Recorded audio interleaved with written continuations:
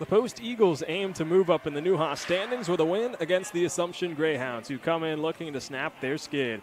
Welcome inside the Sports Center of Connecticut. I'm Matt Scalzo. Thanks for joining me on the CACC Sports Network and for making me a part of your Friday afternoon. Assumption enters today on a 4-game losing streak. Last weekend, the Greyhounds dropped the competitive series against second place LIU. As for Post, it is well rested following an 8-day break from their most recent contest against Franklin Pierce, a 3-2 win for the Eagles, which was powered by 2 goals from Julia Wysocki, and now sit just 1 point behind Assumption for 6th place in the Newhouse. The Greyhounds wearing their road blues, the Eagles in their home whites for what will be the 7th all-time meeting between these two schools. They both met just last year in Assumption's first season at the D1 level. It's Wysocki and Grinnell, and we are underway from the Sports Center of Connecticut, and it is fired in deep by Post. Got to keep your head on a swivel. The Eagles struck quickly last week and nearly did it there. Wysocki with the feed out to Rowan Ringer, and it was nearly those two combining once again. It was just 17 seconds in against Franklin Pierce. It was the same setup as it was just there, except it was the other way around. It was Ringer to Wysocki that made it 1-0 Eagles, and that was just 13 seconds in. The Greyhounds have dropped 4 in a row, as I mentioned in the open. Another chance there, a rebound out in front, poked around and picked up in the corner by Wysocki. In net, Jaden Weiser with a pair of big saves early for Assumption. On the other end for Post, it is freshman Devin Amundsen, who's just making her 3rd start of the season. First since the beginning of November, when these two teams last faced off in Worcester. It was a 7-3 win for the Greyhounds. They also took game 1 2-1. And a minute has gone by in this Friday afternoon matchup. These two teams separated by just a point. Assumption in 6th with 23 points. Post just behind them, 22 points in 7th place in the Newhouse standings. First look on the offensive end. It's Sheridan Terrazano snapping off a wrister, and a glove save made by Amundsen. First test she faces, and it's against the former Post Eagle and Terrazano. Posted 27 points in 67 career games for the Eagles. Defensive zone draw is won by Jody Rose. Briscoe and Brooke Larson try to kickstart this break.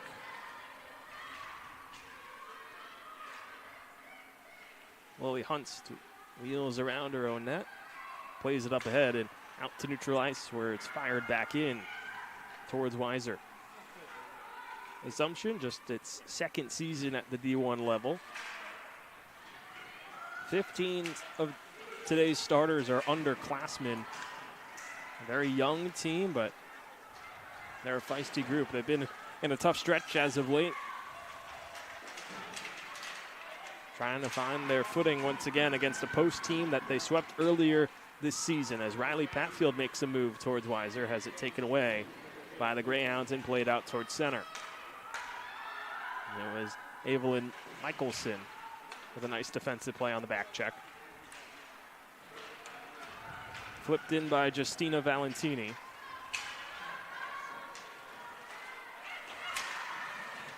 And Jakey forces a turnover.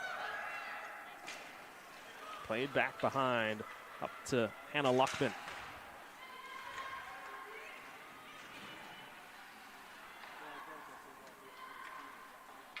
Banked off the boards up ahead and steered forward by Casey Van den Uterlaar. One-touch passing. Here comes Grinnell into the offensive zone. Sticked off the puck by Ruby Mitchell.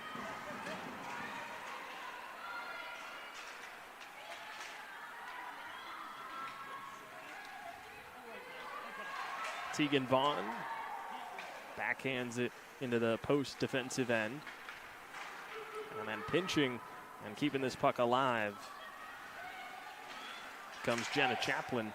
Long shot from the point, steered into the corner by Amundsen.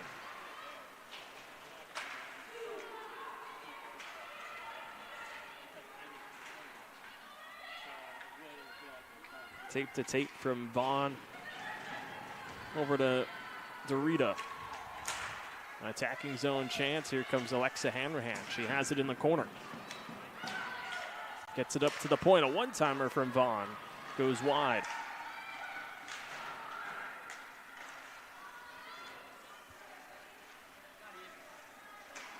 Vaughn looking for a centering feed. It's blocked away. She picks it back up. Up to the point. Dorita caught a deflection. Goes into the corner. Offensive zone pressure from the Greyhounds. Chaplin battles in the corner with a pair of Eagles. And it was taken away by Jet Devlin, but held in at the point by Vaughn. Stays onside as Chaplin tried to pick it up off the bank pass. And it's played all the way down where it will be an icing with 15:37 left to go in the first period. Still no score. Shots 2-2.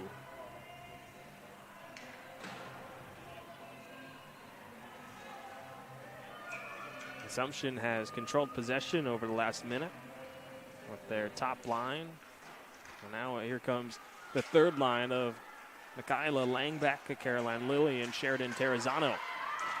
Extra skater Alexa McKiernan fanned on the one-timer out in front.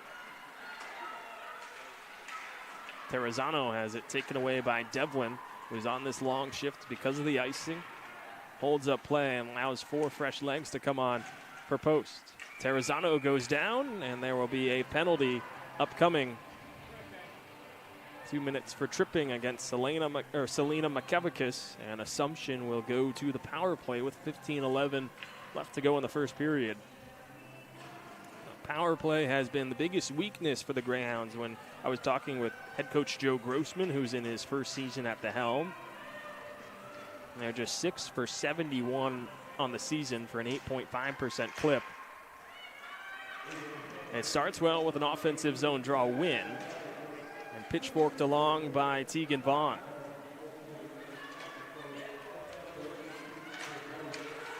Held in. Chaplin has it poked away. Vaughn lets a shot go. Caught a deflection. Goes up into the netting. And there'll be another offensive zone face-off coming. Just 19 seconds into the kill for the Eagles. Post 81.9% on the penalty kill this season. 68 for 83. For a team that's allowing 3 goals a game. Meanwhile, for Assumption, they're just scoring 1.5 goals per game and had just 2 the whole weekend against LIU in a 3-1 loss in Game 1 and a 2-1 loss in Game 2. Both goals came from Jenna Chaplin. Actually, one came from Chaplin, the other came from Alexa Hanrahan.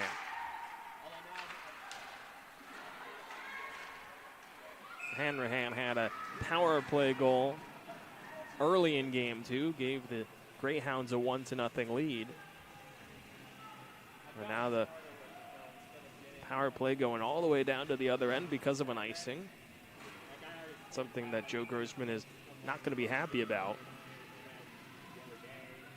To look to get things going as Chaplin duels with Wysocki. And it is won back by Chaplin. Here comes the Greyhounds with some space. It's Chaplin. Odd angle shot. And it's squeezed by the legs of Amundsen. With a minute 02 left to go on the power play. Amundsen making her first start since November 2nd against Assumption. She gave up 7 goals in that contest, a 7-3 win for the Greyhounds. Her other start was Game 2 against a ranked Colgate squad.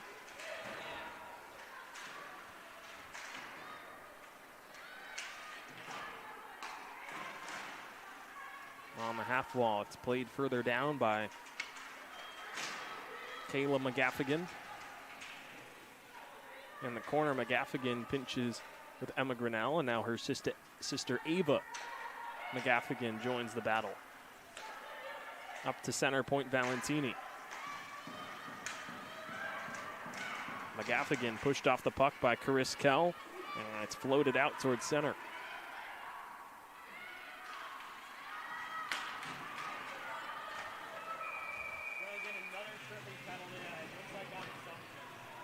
Penalty behind the play. It's going to be interference going against Emma Grinnell. Got tangled up behind the play, and so it'll be 4-on-4 for 13 seconds, and then it's back to a power play with post.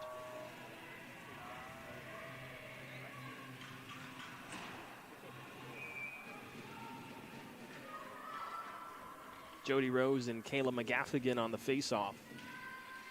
It is won back by the Eagles.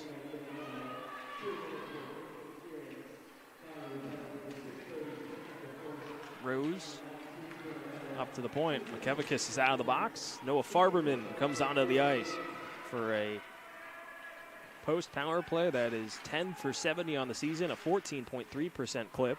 Shoulder save made by Weiser. And then fired the length of the ice down towards Amundsen by the Greyhounds. 30 seconds gone by on a penalty kill. Of course, the first 13 seconds was 4-on-4 hockey.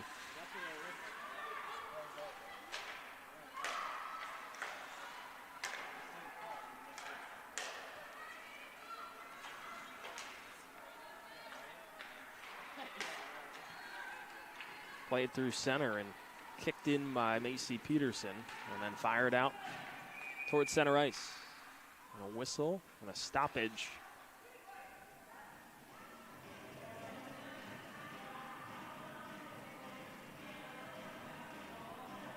Looks like we have another penalty against post. It'll be too many men on the ice. They were in the midst of a change when that puck was fired out towards center.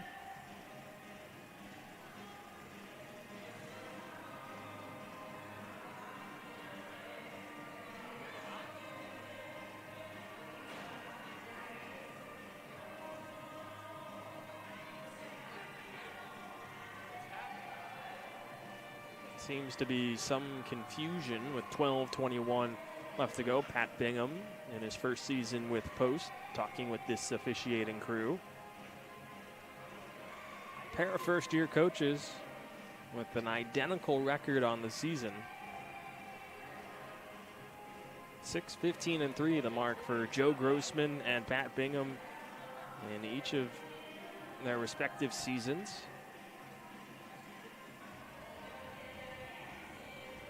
Grossman, not new to the Newhouse, spent last season as an assistant coach with Stonehill. And now Noah Farberman goes to the box. It's too many men on the ice for Post, and we're back to some more 4-on-4 hockey for the next 58 seconds. Alexa Hanrahan, a tie-up and a win back for her and the Greyhounds. Hanrahan knifes in, is shouldered down by Danny Ammons.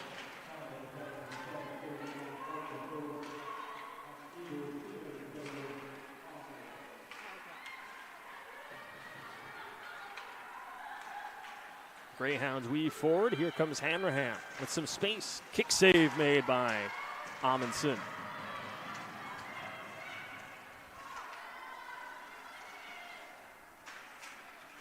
Ammons plays it around the boards, held in by the Greyhounds. And Lily Hunst. Wysocki on the backhand will shoot at the length of the ice for an icing.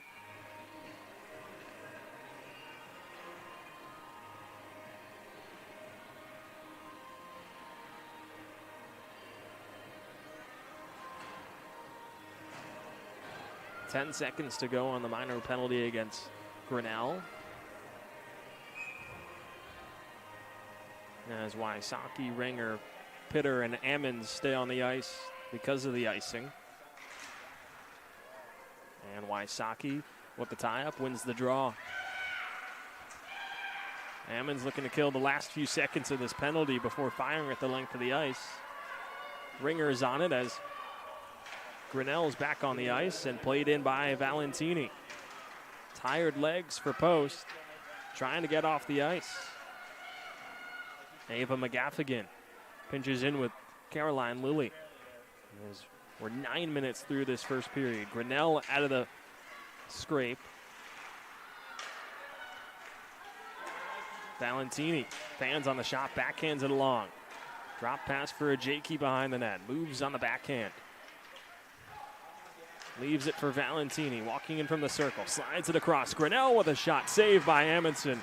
Rebound out in front. Poked around and then covered and frozen by Devin Amundsen for a big save.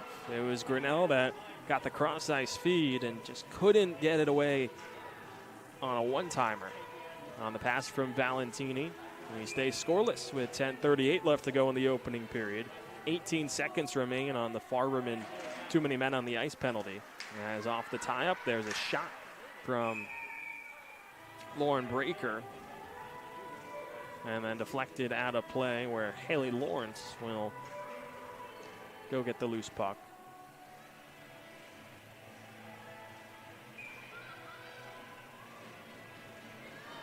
.13 seconds left on the minor penalty. Jenna Chaplin wins the draw. Breaker on the backhand behind a Chaplin. Over to Hanrahan. Chaplin and Hanrahan, a pitch and catch. An odd angle shot from Hanrahan is up into the shoulder of Amundsen, and she catches it with 10:23 left to go in the opening frame. 3 seconds till Farberman comes out of the penalty box. Chaplin wins the draw off the faceoff. A shot from Hanrahan. Caught a deflection from Pat Fielder Grom. And now it's out towards center as Farberman's out of the box. Back to even strength. Tristan Curry battles through neutral zone. And it is covered by Weiser. With 10:10 left to go in the first period. Still no score between the Eagles and the Greyhounds on the CACC network. If you're just joining me, Matt Scalzo, glad you could make me a part of your Friday afternoon. These two teams separated by just a point. Greyhounds on a 4-game skid look to find their footing as moves into the final stretch of the regular season. Meanwhile, the Eagles trying to get out of 7th place and up into 6th place with a win today. Fanned on the shot was St. Joel Desai, 3-on-2. McGaffigan, a Jakey, the centering pass to Hanrahan, just out of her reach.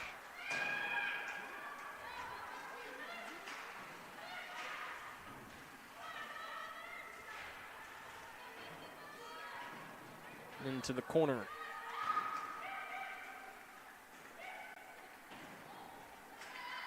Now the scrap, it comes to Valentini with a shot from the left point.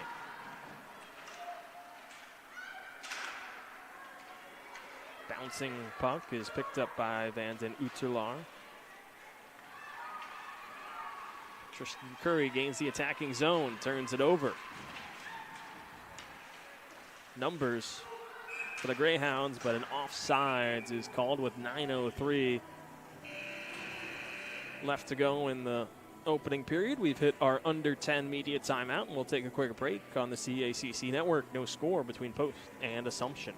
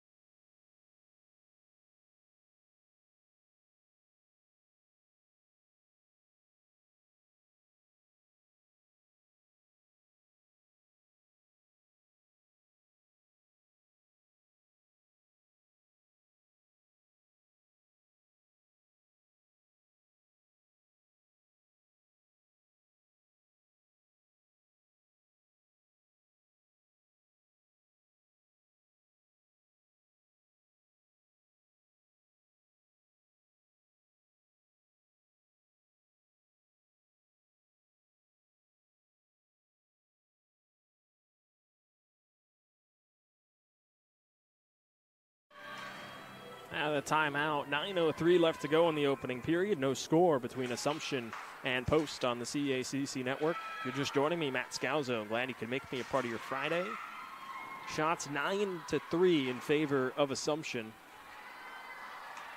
And here come the Greyhounds with some space once again. Caroline Lilly into the attacking zone. Sheridan Terrazano bumped off the puck. The Eagles, led by Jet Devlin, try to spur a breakout.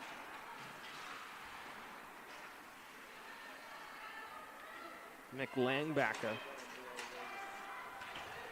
fires it in.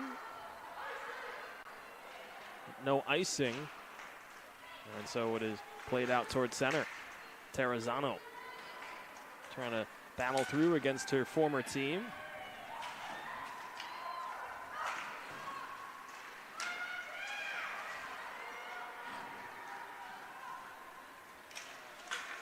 Eight minutes left to go in the opening frame. Kirsten Browning, another former Eagle, bumped off the puck by Julia Wysocki, her former teammate. Wysocki blocks the shot from McKiernan. McKiernan loses it at center. And with tired legs, Ruby Mitchell heads off to the bench. Browning in the corner.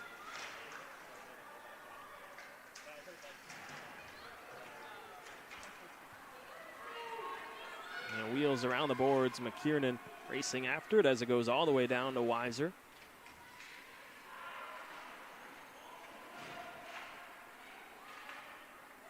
Wysocki out of the tie-up. Feeds down front, Ringer a shot. Caught a deflection and goes into the corner.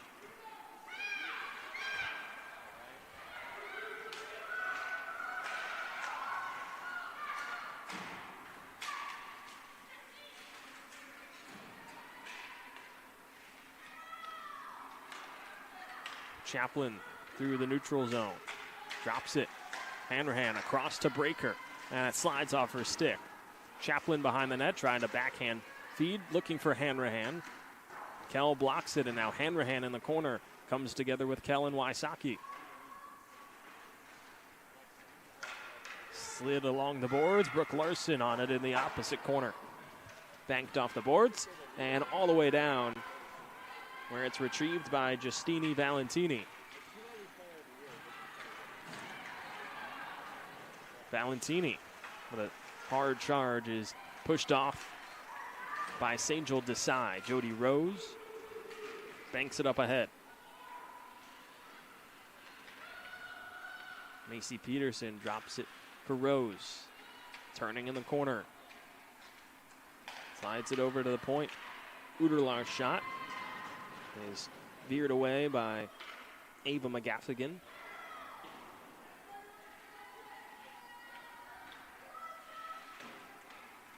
And is fired the length of the ice where icing is waved off. Ava McGaffigan wins the battle. Now trying to fight with Uderlar along with Desai. Reinforcements come in from Grinnell. And it's Uderlar out of the 2-on-2 battle. Macy Peterson flips it up ahead. And behind the defense comes Riley Patfield. Vaughn pushes her off the puck. Plays it up ahead to a Jakey. Grinnell helps out and banks it over to Vaughn. Held in at the point by Pitter. Her long shot is kicked into the corner. Pitter slides it across to Ammons. Jakey blocks that into the corner, picks it up on the backhand, and plays it around the boards. Grom held in at the high point. Curry with a shot that is blocked on its way through. Pushed out towards center as that top line for Assumption was out for a long time. And now Pitter will go back towards her own net, retrieves the puck.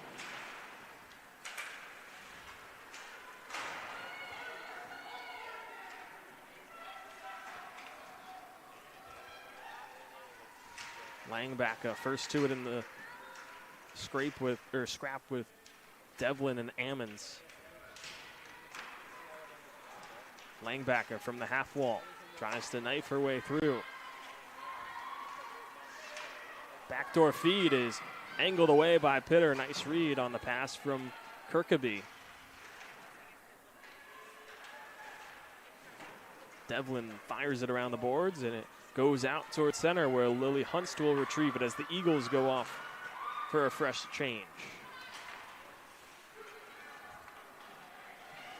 Angled in by the Greyhounds. And pinching and forcing a turnover is Browning. Couldn't control the puck. back out towards neutral ice.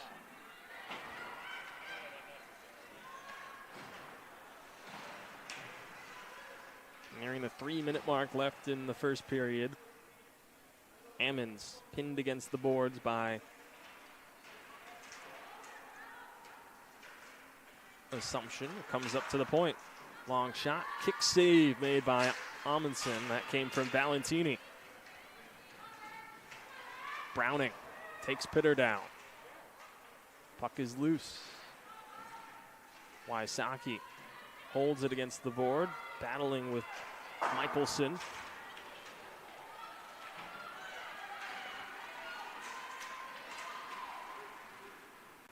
As Valentini now from her own zone, fires it up ahead. Michelson trying to dart her way in, take away, and now the puck goes all the way down towards Weiser, and an icing is called with 2:35 left to go in the opening period. Still scoreless between the Eagles and the Greyhounds on the CACC network. Shots 10-5 in favor of Assumption. If you're just joining me, Matt Scalzo. Glad you could make me a part of your Friday afternoon.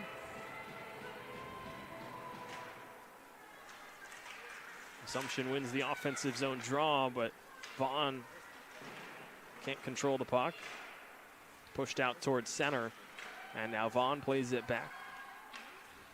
And over to Hanrahan. Cycles it behind Amundsen. Picked up by Kell. Chris Kell springs it ahead to Rowan Ringer. Knifing her way through, plays it up to Wysocki. Wysocki fans on a shot. And now Vaughn pokes it out towards center ice.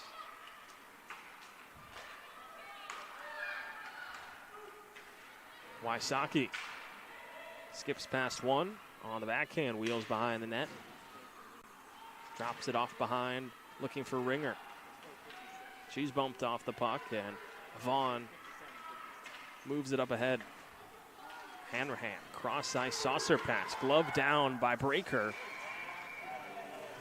Risks a shot from the wall, and it's gloved by Amundsen with 1:35 left to go in the opening period.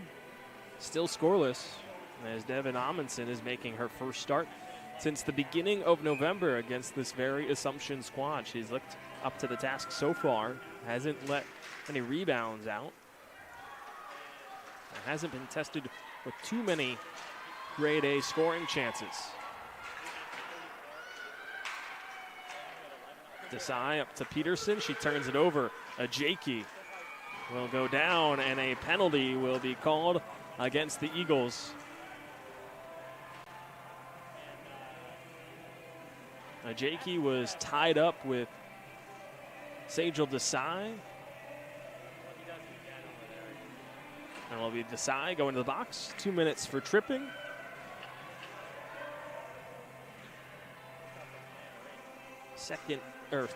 Third penalty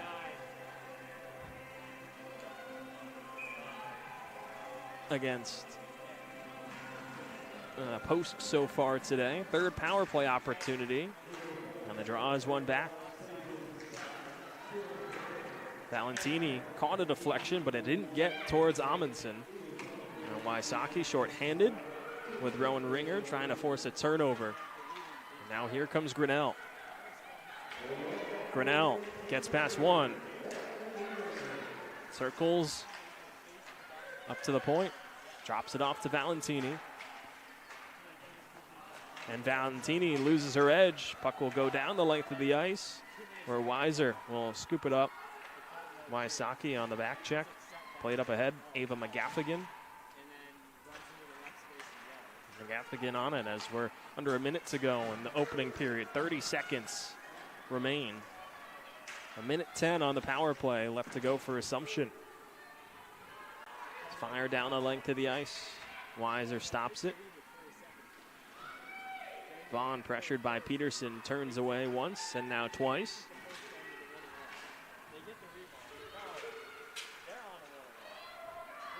Ten seconds left to go in the period. A turnover. McKevikas charges after it.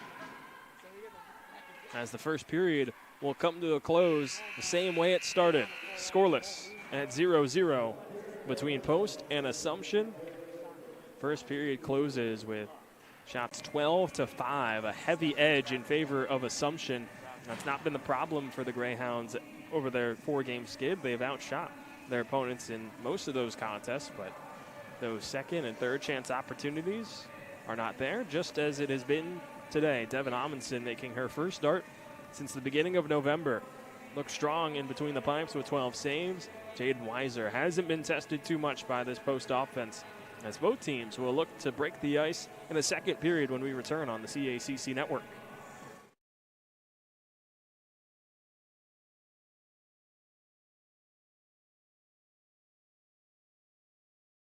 My name is Charlotte French, and I'm here with Hannah Saunders from the Post hockey team, their goalie.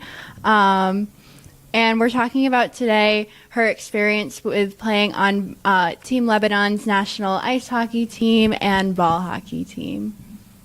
Let's talk about a little bit about your experience with Team Lebanon. Like, how did you end up playing for them, and how was your experience with that? Well, I got recruited, I think, in like 2018. It's been kind of a bit. It was kind of word of mouth because the program was quite new. They had like a men's team for quite a bit, I want to say, and they were just developing this new women's program. And one of my friends that I had previously played on just like a juniors team with, she was also Lebanese, and so she kind of reached out to me, hey, I think they're looking for girls. And they obviously needed a goalie, so they kind of reached out, and that's kind of how it all started. It was very, very new, so it was kind of cool to be part of like the opening process and seeing where like it's been going and like how it's been doing so far. And yeah, like ever since it started, we've been doing a couple of different like tournaments. We went to France, I think in like before COVID, so maybe like before early 2020. And we played against like the France national U18 team, and that was actually really cool. It's a great experience.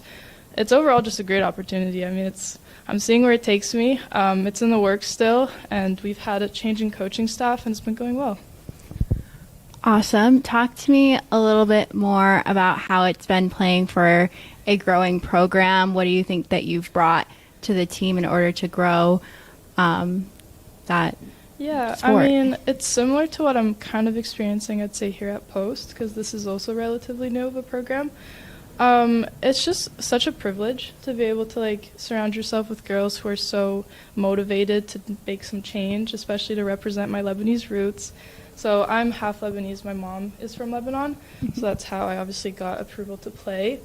And it's been, again, it's just such an honor, really, to be able to represent it, to play globally and see where it takes me around the world. And yeah, it's just to make my mom proud is obviously a really nice feeling. And yeah, just playing and representing that country is really special. You also play for the ball hockey team. Is that the same recruitment, or did you get? Yeah, relatively similar. So that started even more recently. And funny enough, one of my like assistant coaches from the ice hockey program created that.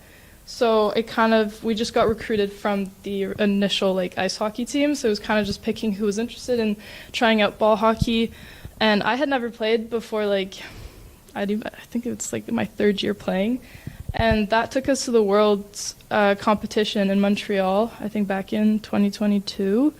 And it's been kind of cool. I mean, I never even knew there was such a big like sporting event for that. But it's the same concept, really, just representing Lebanon and having a bunch of friends like explore the world and be able to like play international teams. And ball hockey is incredibly fun, and as a goalie it's pretty much the same game, I guess, like obviously without the ice, but it's been really helpful. So just for my development as a goalie for here, because like you get to work on your reflexes, it's a different kind of game, so kind of similar though. Yeah.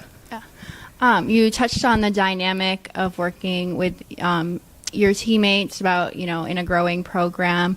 Touch a little bit more on that and how you really jived with your teammates. Yeah, it's honestly special when you're just surrounded by a group of girls that automatically connect. I feel like it's sometimes not that common, where you just start like feeling like a family right away. And I feel like for the Lebanese teams, both of them, it's kind of such a fun dynamic because we're all, I think, around the same age, especially like university level players. Both from Canada and the US mainly. And it's just like, they're like my sisters now. Like, they're so fun and friendly and full of life. And it's just like starting something so monumental for a country like Lebanon is so special. So that in itself bonds us together. And so being able to grow with them, I've made lifelong friends. So I'm really excited as to where we're going to head in the future. Did you face any challenges while you played for both teams at all? Not many challenges, I'd say. I think it's a lot of patience. You kind of have to accept that it's a growing process. It's going to take time, obviously, to develop fully. I think recently the challenge has been balancing my university life with that as well, because obviously playing here for Post is such a privilege too that I'm trying to balance both out. And there's certain tournaments I have missed from the Lebanese side, especially the ice hockey team, just because it is obviously a winter sport, so it falls in the same season. So I'd say for me that's kind of a challenge, prioritizing both. But otherwise it's really I think I'm used to it by now, just the patience and learning and growing as I'm also, developing with this program and growing as an individual. And it's kind of cool that I'm growing up as it's also producing, because I started fairly young. So, but yeah, I'd say overall challenges would just be that, really just being able to balance both and figure out what I can miss and what I can't miss. Yeah. But yeah. Does the ice hockey season and the ball hockey season happen at the same time, or are No, they different? Luckily not. Usually ball hockey's during the summer, so that's perfect for me because I'm back home. And yeah, for the most part, it's been good that way. I think the world tournament we attended was, I think early summer. I think it was June. So that also I was out of school and everything, so that's quite good. And then for the ice hockey, when we went to France, that was also in the summer. But ever since, I think they've focused on more winter tournaments, just because obviously it makes more sense. It's a winter sport. Yeah. But yeah, no, it's been good that way. You mentioned that you made it to the World Championship for ball hockey. How was that? Oh my gosh, it was so special. We obviously didn't make it to the finals because we're very, very young, little program. But just playing against Team Canada and Team USA and seeing the women who have worked so hard to get to where they're at, it was insane. It felt so surreal. I honestly kind of felt out of place. I felt so young. But it's just, I learned so much from just watching them. And it's just the amount of dedication they put to that sport, or just enjoying, and the passion they have for it. It's just it's so inspirational. And it kind of drives me to get to that level at one point when I graduate university and know that there's still a future in sport for me. What is your favorite part about playing for both Lebanon ice hockey and ball hockey? That's a tough question because it's also amazing. I feel like just being able to represent my mom's family, I think, is the most special thing about it, because yeah, I feel like hockey's such a North American sport. You don't really hear, I mean, obviously there's the Olympics and you see those teams, but there's never been Lebanon within that group. And it's definitely a little country that's so special and in my heart because my family's from there. And so just making them proud and seeing what is happening in terms of hockey growing there, because it's such you wouldn't really expect it from a hot country like that. But yeah, just surrounding myself with girls that are also experiencing the same pride. And just it's a joy to just represent each of our families. You talked a lot about how playing for both teams has improved you as an athlete. How has it affected you as a person as well? It's just a lot of growth, honestly. Just being grounded and appreciating my roots even more, because I get to learn more about where I'm from and where my family's from. And yeah, it's just hockey has taught me so much in general, both ball hockey and regular hockey. It's just a lot of time management skills to be able to balance everything in life, but also just enjoy the little moments. It's been great for me, and honestly, I can't really picture myself without them. What are you looking forward to in the future playing for both teams? Literally everything they have to offer. For the national hockey team, the ice hockey team, we're hoping maybe in the future, the Olympics is the end goal, but that'll take time because there's different pools and stuff, and you have to obviously get to that level and kind of grow the game. But if I get to be a part of it, that'll be kind of a miracle in itself. And for ball hockey, again, it's just competing in those world tournaments and just seeing where it can take me and making my parents proud. Yeah. Awesome. Is there anything else you want to say about playing for either team? That I'm just really lucky. I'm very grateful for all the opportunities that have come my way, and I'm just excited to keep going. Thank you, Hannah, so much for joining us. Thanks for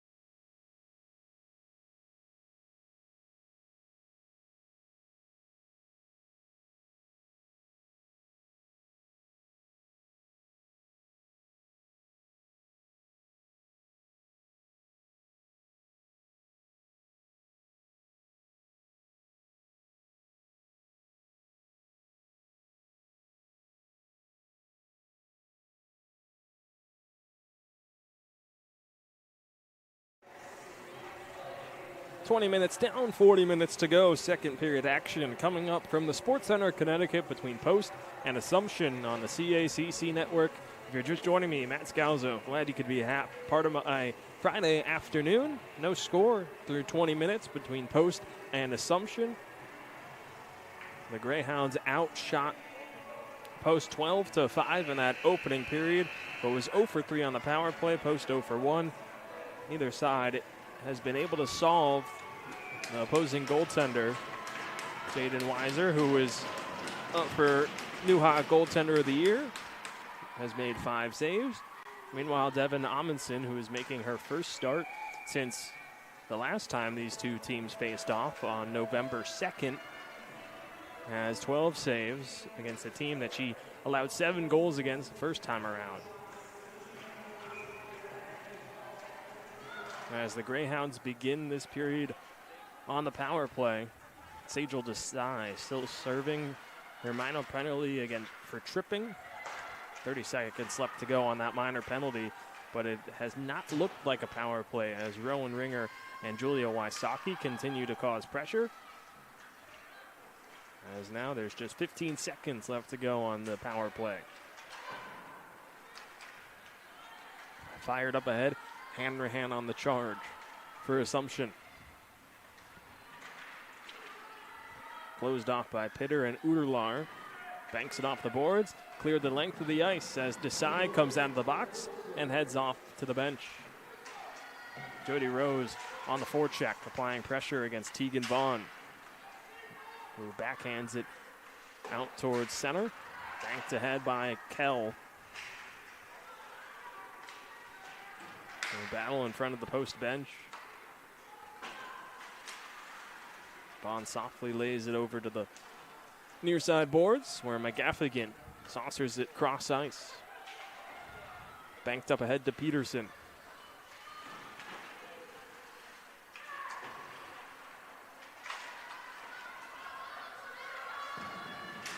Rose tried to poke it along into the crease as Ammon's shot from the point goes whistling wide. Rose still controlling along the half wall.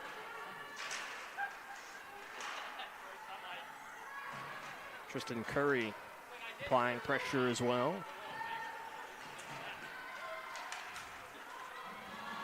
Here comes McGaffigan.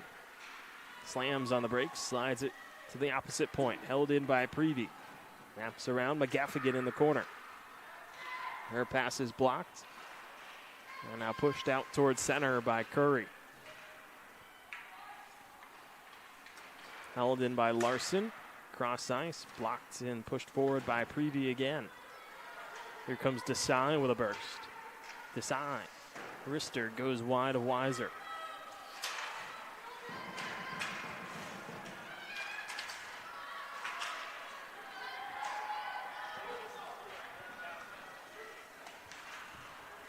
Wrapped around the boards, held in by Devlin. And it's caught in the skates and now taken away by Michaela Langbacka. Lets a fluttering shot go into the glove of Amundsen, who freezes play with 17-13 left to go in the second period. Still scoreless between these two.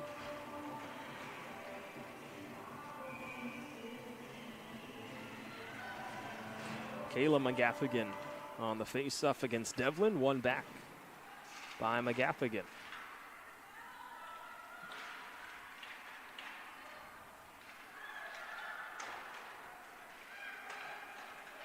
Trying to play it up ahead was Ruby Mitchell. Had Hannah Luckman breaking behind the defense, but it was caught in her skates. Couldn't get it to her.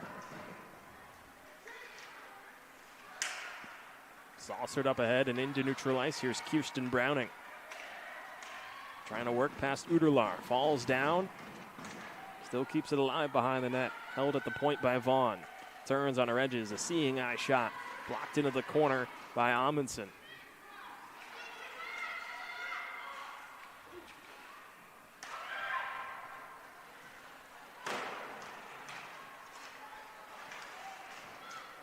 That is off the mask of Weiser. Off the bench came McKevikis, forcing a turnover.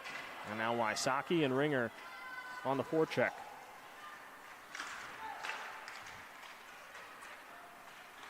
Ringer up to Wysocki.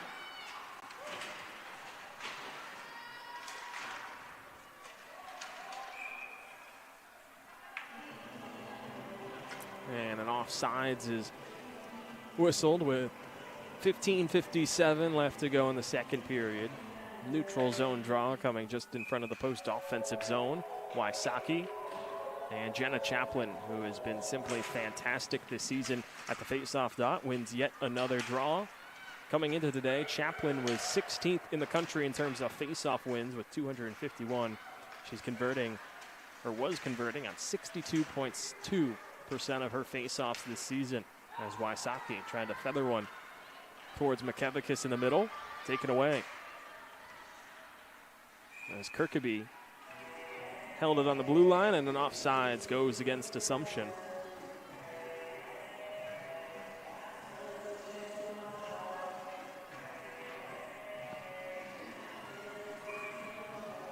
Chaplin and Jody Rose.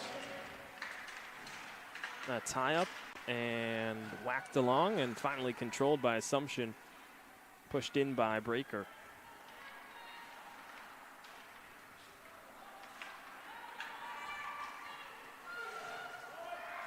Cross ice dumping by Farberman. Up to Rose.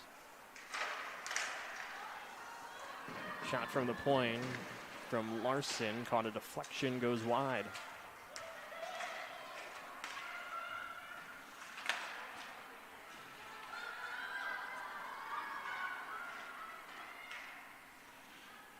Pushed along by Hanrahan. Held in at the point by Valentini. Chaplin behind the net. Loses it and pinching in his preview to hold it along as Breaker backhands it towards the net of Amundsen, who keeps it alive. And Peterson fans on it, but it gets out towards center ice. Larson looks to cycle it as Prevey springs it up ahead to a JQ with some open ice. And now a turnover. Tristan Curry, 2-on-2, has Patfield with her. Patfield into the glove of Weiser, who freezes play with 14:10 left to go in the second period. Still scoreless between Post and Assumption. Shots 14-7 in favor of Assumption. Offensive zone draw one. It comes back to Webster, and her shot is blocked. Ava McGaffigan tries to push it along, and now it's controlled by Patfield, looking to spring it ahead to Curry. Valentini tracks back. First one to it.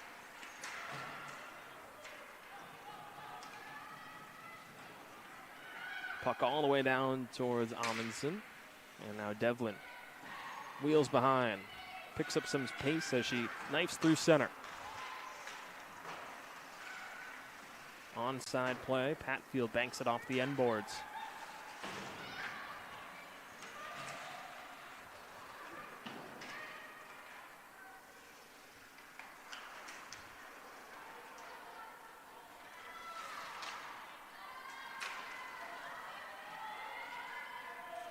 Puck goes down the length of the ice. Icing is waved off as Langbacker applied pressure. Langbacker from an odd angle feeds it out in front. Nobody's there, and it's played out towards center ice.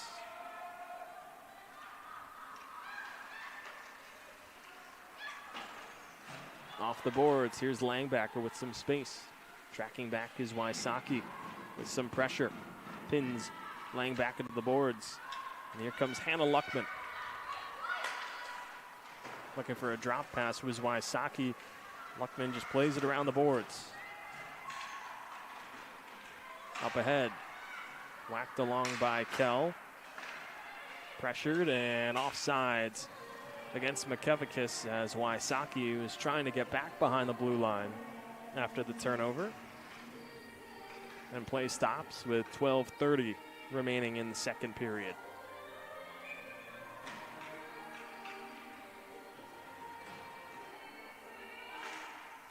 Wysocki, the neutral zone draw win. Kell into the attacking zone.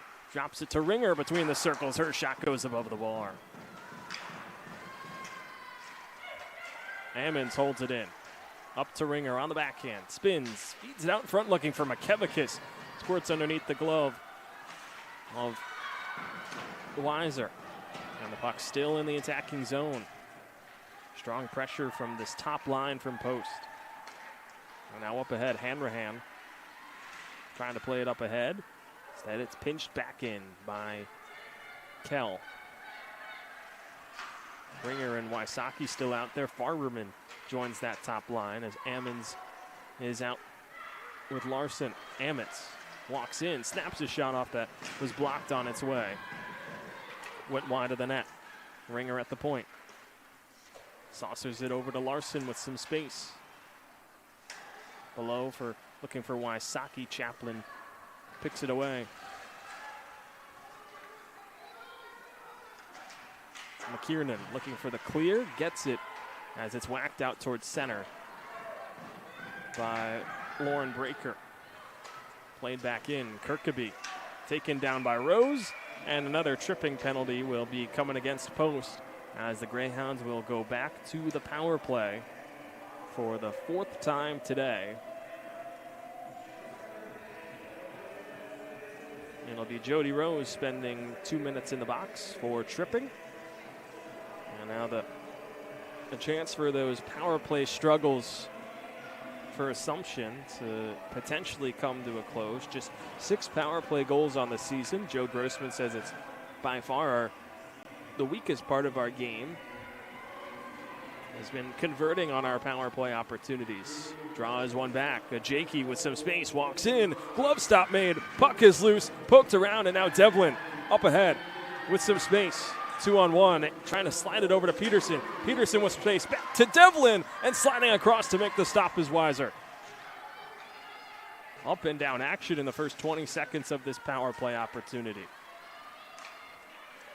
And here come the Greyhounds now with Ava McGaffigan. Stops in the corner. Drop pass. Grinnell walks in. Shot is blocked into the corner. Back up to the point with a Jakey. Slides it into the opposite corner. Pinching in is Valentini. Out of reach for Lilly, but Grinnell is there on the backhand. Back to Valentini. McGaffigan to a Jakey. Spinning shot from center point. Sticked into the corner. Lilly fans on the pass. Picked up by Devlin. She fans on the clear. And it's held in by a Jakey. Grinnell walks up top. Wheels towards center point. Off the mask. Rebound chance for a Jakey. Goes just wide. Terrazzano on the return feed. Can't get a shot away. Was blocked in front by Pitter.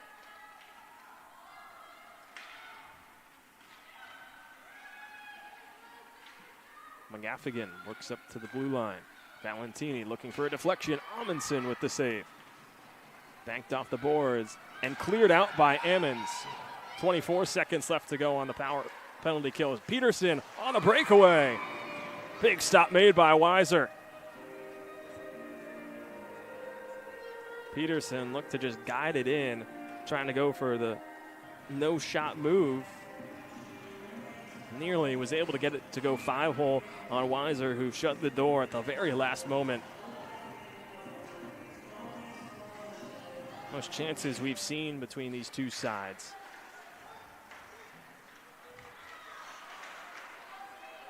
Defensive zone draw 1. 10 seconds to go on the penalty kill. Patfield forcing a turnover, taken down by Kirkaby. Whistle blows. And there is no penalty against Assumption. Looked rather clear from at least my vantage point that Kirkaby caught the skates of Patfield and took her down as she was through on net. And instead, remains a power play for Assumption, but the final few seconds tick off the clock, and out comes Jody Rose. Turnover forced by Grom. Slides it up to Curry, walking in from the circle, and swallowed up by Weiser with 9:03 left to go in the second period. We've hit our under 10 media timeout, and the score is still scoreless. as we've hit the halfway point in this contest between Assumption and Post. We'll be back after this on the CACC Network.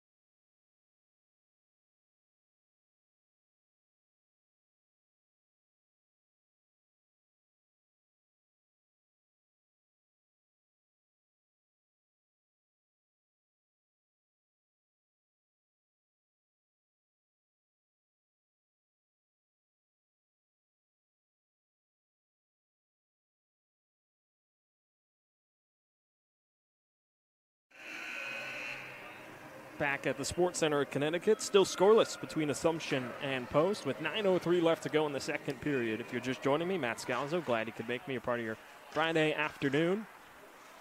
Newha matchup between two teams that are separated by just a point. A win for Post pushes them up into 6th place. Assumption trying to snap its 4-game skid. This puck goes the length of the ice. Charging in and blowing a tire was Brooke Larson. Pressure and a penalty will be coming against Assumption. And it is Kayla McGaffigan with a cross check against Tim Marie Grom. And so now the power play for Post heads back out. They're 0 for 1. After the interference call from Emma Grinnell. So the top line of McKevikus, Wysocki, and Ringer back out. Clean win for Wysocki. Ringer a pitch and catch with Pitter. Long shot looking for the stick of McKevikus goes wide. Prevey looks to clear and it escapes the skates of Pitter. Ammons races after it. Grinnell applying pressure on the forecheck. Valancini holds, fires it the length of the ice.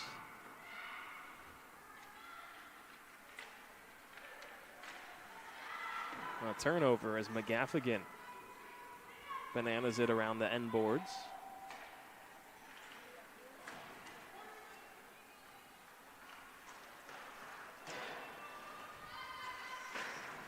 A minute gone by on the power play. No chances for Post.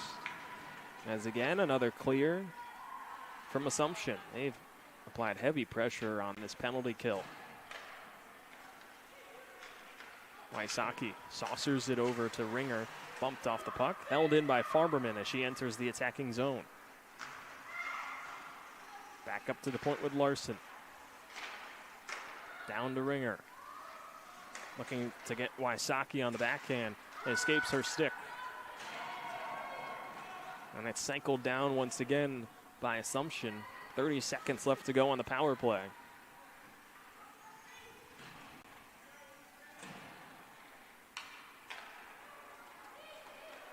Larson gains center ice, fires it in deep. Peterson to the corner. And cleared once again by the Greyhounds as there's under 10 seconds to go. McGaffigan ready to come out. And the final few seconds tick off the power play. A strong kill from the Greyhounds as McGaffigan back out onto the ice. Straight into the pressure. Jakey looks to hold Vaughn in neutral ice.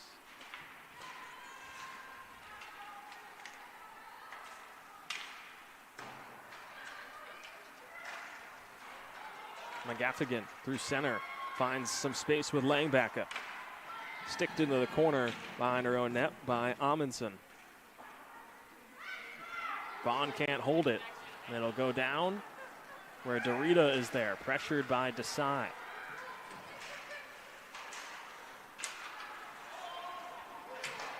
Puck comes tumbling back in towards Weiser.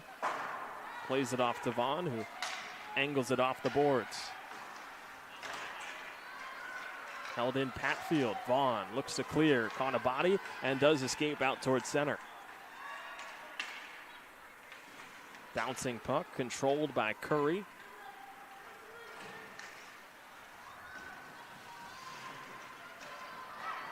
Centering pass taken away by Breaker.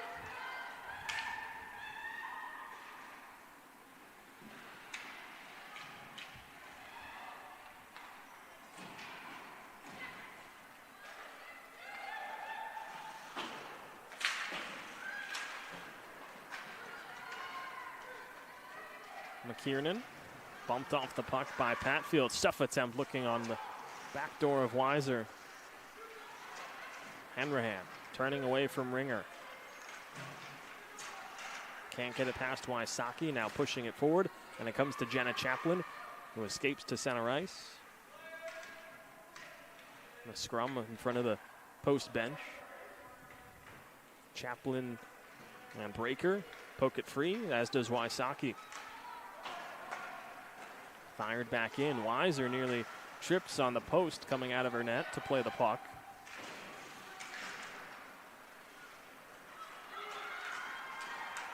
Here comes Breaker into the attacking zone. Breaker, a shot from the top of the circle, easily steered into the corner by Amundsen. Chaplin loses it, but Terrazano pinching in takes the puck away. And now it's cleared out towards center. And Ringer with some space. Ringer trying to knife her way past Prevey. Trying to go 1-on-3, and it's pushed out towards center ice by Assumption.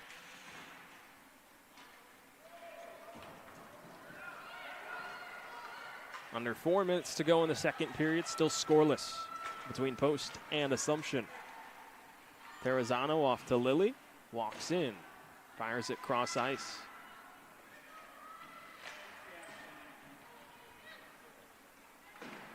Langback holds along the half wall, pushes it behind the net of Amundsen.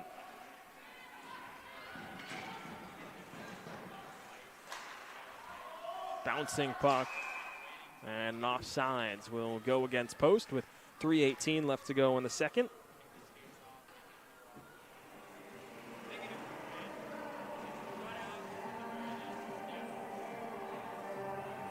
Neutral zone draw upcoming with 3:18 left to go in the second. Still scoreless between Assumption and Post. Grinnell will face off with Tristan Curry.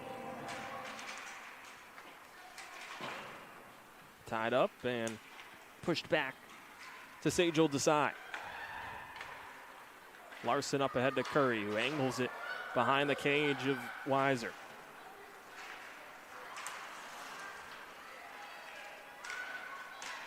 Patfield, rebound chance, poked around, puck is still loose, and it goes wide.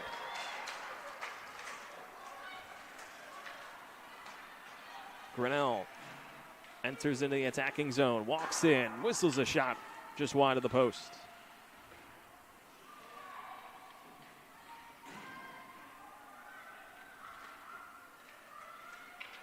Bouncing puck is cleared the length of the ice. It's a race for the puck as Luckman will wave off the icing, but Vaughn wins the battle. Plays it up towards center. Pushed in by Kayla McGaffigan.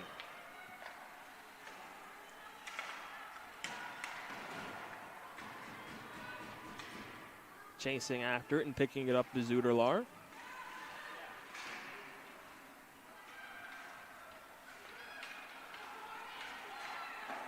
Numbers as it's fired in by Webster.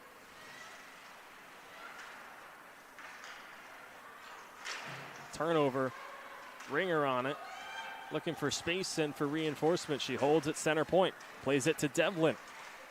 Wysocki walks in, Makevikas walks in and fires it above the bar. Wysocki now on the ice as Devlin heads to the bench.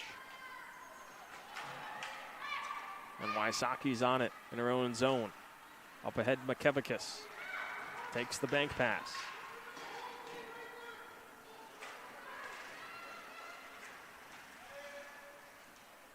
Two-on-two battle with Kirkaby and McGaffigan. Wysocki takes it away. Held in by Pitter. Pinching, gets it to Makevikas. trying to work her way past Hunst. Bumped off the puck and taken away by McGaffigan. McGaffigan plays it over to Kirkaby as we move under the final minute in the second period. Pops off the stick of Pitter out towards center ice. Wysocki, the takeaway. 3-on-2. Drops it to Ringer with some space. Snaps the shot off, and it's blocked by Hunst. Up to the point. Larson's shot was blocked by Michelson. And Hanrahan enters the attacking zone. And it is going to be a delayed offside, so Greyhounds touch back up. Valentini into the attacking zone, odd angle, rebound chance. That was just out of reach for Breaker. Prevey up ahead, 15 seconds to go in the period. Amundsen makes the save on the shot from Chaplin, and she covers with 12.5 seconds left to go.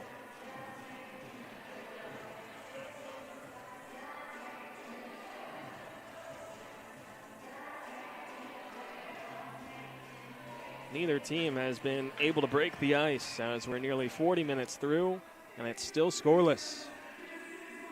Jenna Chaplin on the faceoff. It is won back by Jody Rose. Chaplin pinches into the puck behind the cage of Amundsen. 5 seconds to go. Looking for the clear. It's held in by Prevey. Long shot, caught deflection. Chaplin behind the net, and the time will run out on the second period.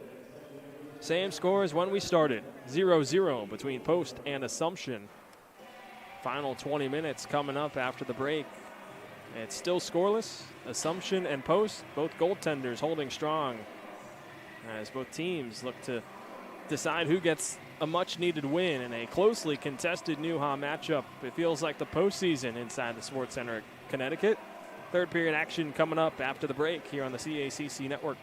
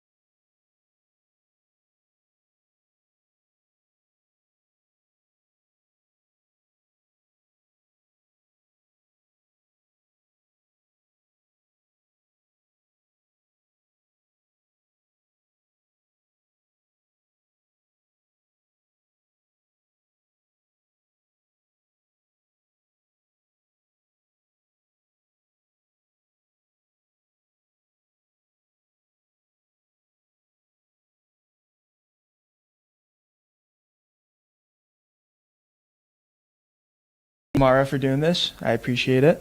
What is the biggest difference from Serbia and America that you've noticed? Definitely food. I would say that's the first thing that I think about. America is more fast food oriented, while we back in Serbia are not as much. And also the time that you guys have like lunch and dinner, you guys have it way earlier than us. So like lunch like 12 and dinner like 5. That's not normal for us back home. Oh, when do you have it? Well, we usually have lunch around like 2 or 3, and then we have dinner around like 7, I would say. Okay. Yeah. That's kind of my schedule for when I eat, so I think I'd actually prefer that. How do you balance being a student and being an athlete? Does it help having like a very regimented schedule? Yeah, like time management is like one of the most important things. I would say our coach in volleyball, she helps us a lot because we have a Google Calendar that we can easily link to our phone, and we can always check easy on our phone, like practice and lift and volunteering hours, like anything related to volleyball is right there. So that's quite easy. And then having a separate planner for like academics and work and stuff has been very helpful because as you can easily get overwhelmed. So it's always easy to just like look at it and remind yourself what you have during the day. All right. What was one big adjustment that you had to make, again, in volleyball or otherwise, when you came to America? I would say my way of communication. I would say back home we are way more direct in our communication, while here it's more like being indirect and overly polite, and that was something that was kind of hard for me, even in volleyball and outside of volleyball. I'm used to just being direct and like saying what I think immediately, and back home that's kind of the norm, and here it's not. So that was definitely an adjustment I had to make. So bluntness. How do you integrate yourself into Post once you got here? I would say my student job helped me a lot with that. I worked at a Torrance office where financial advisors, student advisors, and admissions are.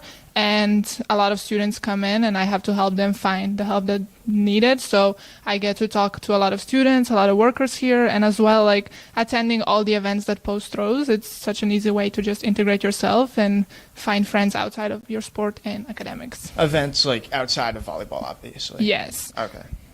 And last one, kind of a softball question, but favorite Serbian food or dish? I would have to go with cevapi.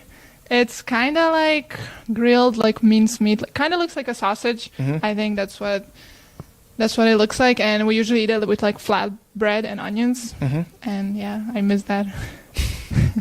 All right. That was pretty much it. So thank you for doing this. I appreciate it. Thank you. Hello, Maria. Thank you for doing this. What was it like to get scouted by and then later commit to a D1 school in Hofstra? And then what were the deciding factors of deciding to transfer to Post University? First, I didn't understand much how the whole volleyball world worked here. So, of course, whenever I got full scholarship to go to a D1, for me it was, wow, incredible. I said yes at the first chance I had. Yeah. But once I was there, I saw how everything actually worked there, and I didn't really got into the culture. I wanted to have something that I could balance better, studies and the volleyball. I was benched there the whole time. I never played, and I came to the U.S. just because I want to keep playing, you know? Right. So once I was there, like, I could not stay in the bench. Like, I'm a competitive person, so I wanted to play. And the coach there didn't let me study what I wanted to study. Then I found Post, and here, since it was a smaller school, and the coach said that I could have time to work, to study, and balance with volleyball, so it just worked fine for me. Now, you're originally from Brazil. What was one of the biggest differences you noticed between Brazil and America? Well, first of all, language for me in the beginning was kind of tough. Before talking, I had to think, like, how do I say that? But once I got, used to it, now, of course, after 4 years, you get used to it. Actually, with volleyball, all the terms, the specific terms, when we were playing, all the plays, everything was different, so I had to basically learn volleyball again in a certain way. And it's funny now because whenever I go back home to play, I don't know how it's in Portuguese anymore, so it's fun. And sometimes I want to speak like a specific word, or I don't know in English and I just know in Portuguese, or I know in Portuguese and I don't know in English. So it's a mix in my head. Everyone understands me now, so I'm happy for that. When you first got here, how did you integrate yourself with the American culture? How did you try to? It's really different. For example, in volleyball, the way that the girls behave in the court is a bit different. After every point, we go in the middle, even if we don't get a point, to like regroup, you know? And that's something that I've never done before. Like, whenever we didn't get a point, everyone would just go back to their positions and next point. Here, I like the regroup thing, the reset. It's just specific stuff like that is different. And then, of course, I just try to be friends with everyone because we don't have many internationals. So I kind of had to adjust to them in a certain way. So. Now, you're a bio major, correct? Mm-hmm. All right. How do you balance that, being an athlete, and then also working in being in art? How do you balance all of those different obligations that you have? Well, it is a lot of stuff, and my days are completely full. Mm-hmm. So right now in the morning I have practices, and then after I have class, and then basically the whole afternoon I'm working. And around like 5:30 I have free until night, but sometimes I have duty for RA. So it's just really tough. I just need to find the times during my day to be able to do everything. Somehow I managed everything. So your schedule is probably like really regimented. Yes. Yeah, actually every Sunday I sit down and I like plan my whole week. Because if I don't do that, I know I'll get lost or I'll miss something, miss a meeting, or miss that. That's what I would do if I was in your shoes and I had that many obligations. Last question, kind of a softball. What was your favorite Brazilian food? Favorite Brazilian food? I would say is rice and beans. I know it sounds really basic, but it just tastes like home for me. I don't eat rice and beans like I eat at home. My mom's rice and beans. It's just amazing. It's always the first thing I ask her to make whenever I go back. And actually, I found this Brazilian place around here that I just love it. I go there and it tastes like home, you know? I love going there. All right. Well, that's all the questions I really had. Okay. But thank you so much. Thank you.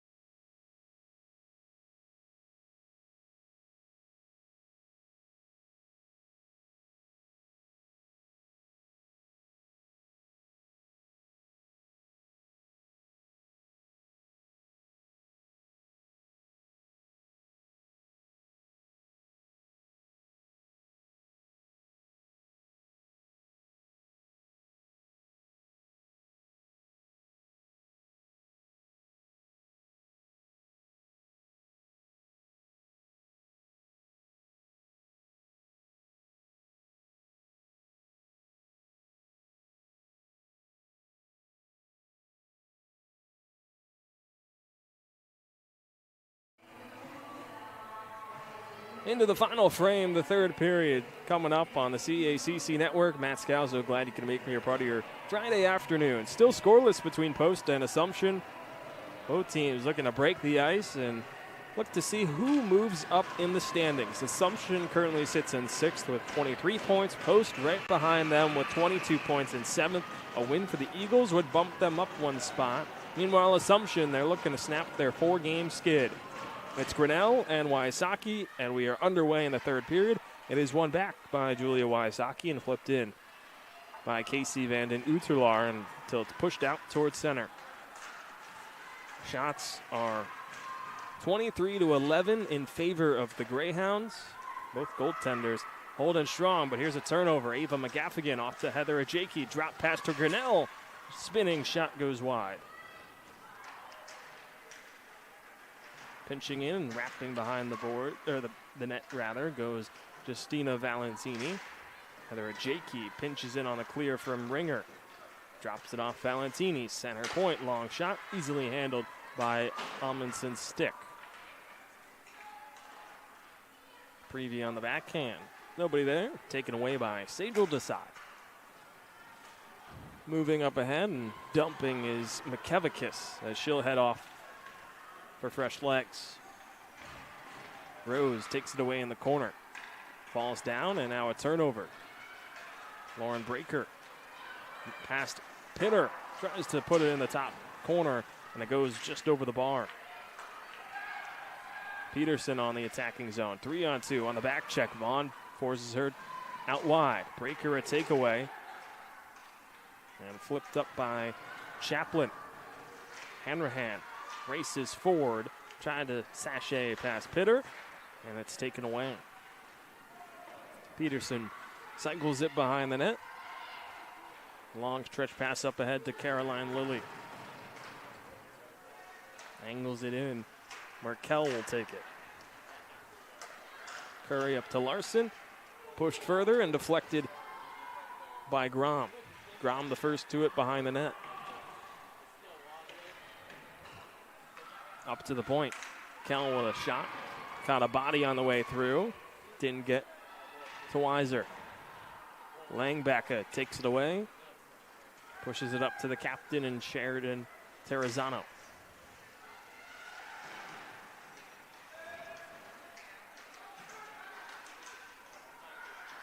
Langbacka puts it between her legs, but has it taken away by Post.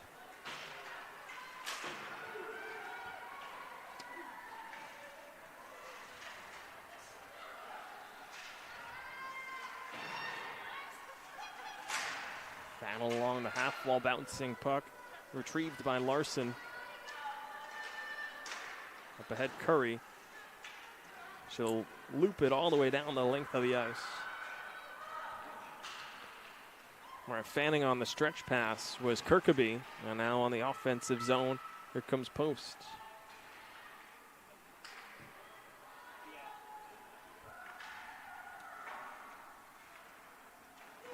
Held in by Uderlar, but forced back out by Browning. Michelson on the forecheck. Battles with Webster. Marley Webster moves it away, but still held in by the Greyhounds.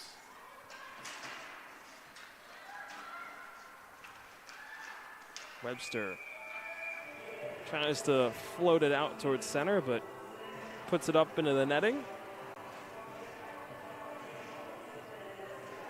Top line back out for the Greyhounds in Ajaki, Grinnell, and McGaffigan. Prevey and Valentini join them as at the blue line as it's a win by Grinnell. McGaffigan charges in. Shoulders stop made by Amundsen. Puck is still loose. Poked at, pushed in, and Amundsen still holding strong. Freezes play with 16:22 left to go in the third. Assumption was looking to break this open, get the first tally of the afternoon. Grinnell and Wysocki will meet on the dot. It is won by Post as Ringer banks it up ahead to herself. Now tries to use her speed to get past Valentini. Prevey pinches in. Ringer, McKevikis, battle with Prevey and Grinnell.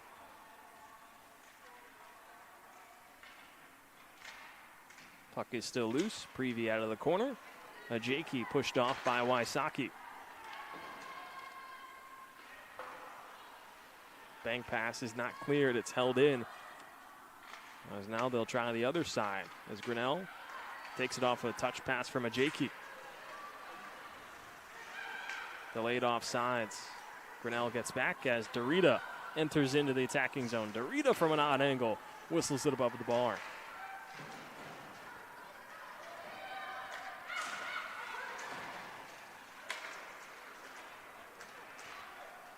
Ringer on a long shift as Jenna Chaplin is down behind the play. Ringer finally gets off to the bench. Played out towards center. Chaplin loses it, poked away by Peterson.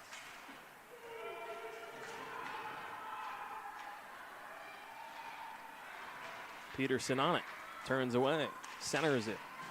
And it pops off the stick of Ammons, back out towards center ice. Dorita chases, comes together with Peterson. Puck is still loose behind the net. Farberman gets to it, whacked that and poked along by Ammons. Rose scoops it up, backhands it along. Lilly first to it. Now Farberman has it, plays it up top. Ammons walking in, fires. Pad stop made by Weiser.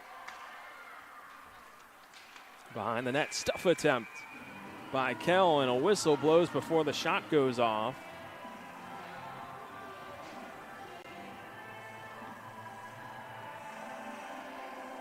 And we have a penalty against Post. It is Jody Rose heading to the box. 2 minutes for holding.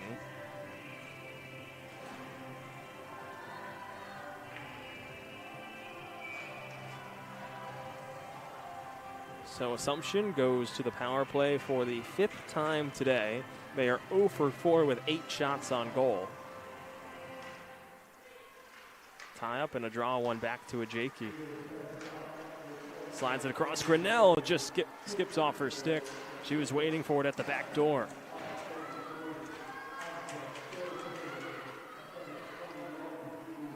Wysocki moves in shorthanded. She goes down. And here comes the Greyhounds through the neutral ice. Pops off the stick of Kayla McGaffigan, and looking for the clear that time was Uderlar, and it goes firing in towards the Assumption bench with 13:57 left to go in the third period. Still scoreless. A minute 31 left to go.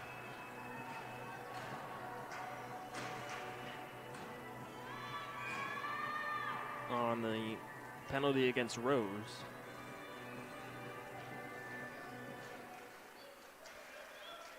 Chaplin tied up with Peterson. It is won by Chaplin and the Greyhounds. Played up to the point with Vaughn on the backhand. Cycles it down, Terrazzano. Pushed off the puck by Pitter. Scooped up by Ammons. Banks it off the boards and will go the length of the ice. Where Weiser will let Kirkaby play it. Now taken away by Peterson. Chaplin pinches in to take it back. Galloping ahead comes Vaughn. Softly lays it in, or it's fired the length of the ice by Post. Chaplin begins the breakout. Springs ahead through neutral ice. Poked off the puck by Desai. Terrazzano comes back to Kirkaby. Hanrahan enters into the attacking zone. Pushing is Kell. And down goes Hanrahan.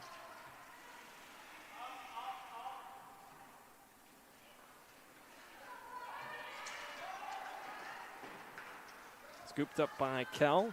She'll look to clear. Splits the deep pairing of Valentini and Vaughn. Vaughn retrieves and turns around in her own zone. Valentini banks it off the boards up ahead.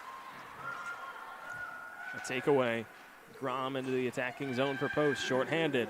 And the penalty comes to a close as Rose comes out of the box.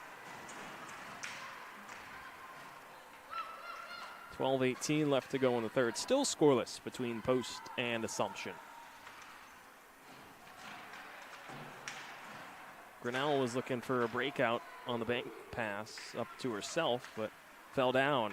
And now the long stretch pass splits between Ajaki and Ava McGaffigan, and that will be icing against Assumption. Valentini was looking for one of them on the breakout pass. It just went between both of them.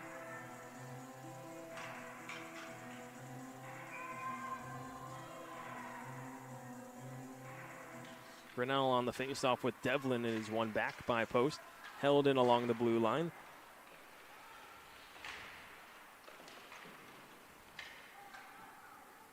Bouncing puck comes free in the half wall, played out towards the neutral ice. Long stretch pass up ahead, and with some space comes Ava McGaffigan.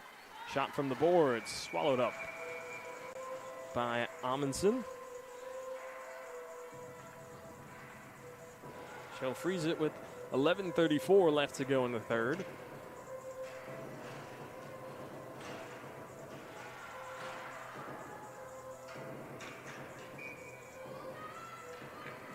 Kayla McGaffigan, Julia Wysocki on the faceoff. And it's won by post. Pushed up ahead, and here comes Ringer. She gets tangled up and goes down. Behind the net, Kirkaby wheels and cycles it deep. Looking for Michelson, who's racing after it, but first one to it is Pitter. And they'll be icing against Assumption.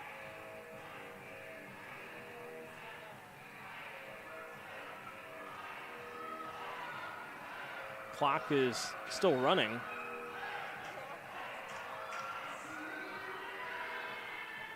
At least 8 seconds trickled off the clock.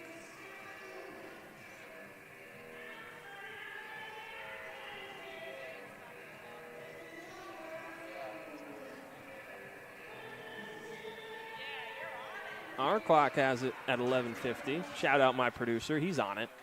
The actual scoreboard is not.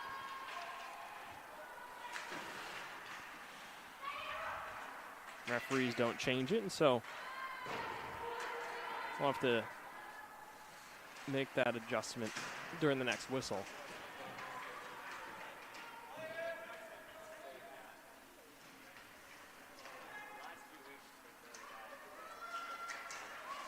Odd angle shot from Kirkaby.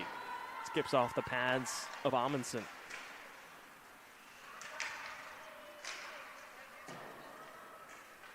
Michelson tangled up with Wysocki. Michelson pushes it ahead. Browning off the bench. Shot is blocked. Michelson backhand feed out in front, and it is in! Kirsten Browning out in front, pokes it past Amundsen, and Assumption breaks the ice with 10-12 left to go in the third period. It is the former Post Eagle, Kirsten Browning, breaking the deadlock score and making it 1-0 in favor of Assumption. Browning picks up her 6th goal of the season. And makes it 2 straight games against Post with a goal scored in their last meeting, the 7-3 win for Assumption.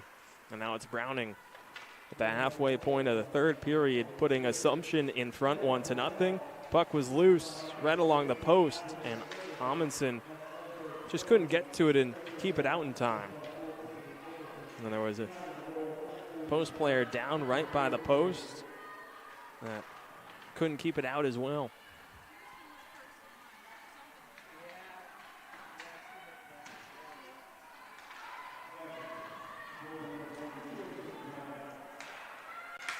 Puck is played out towards center. Fired out. Hanrahan looking for Breaker.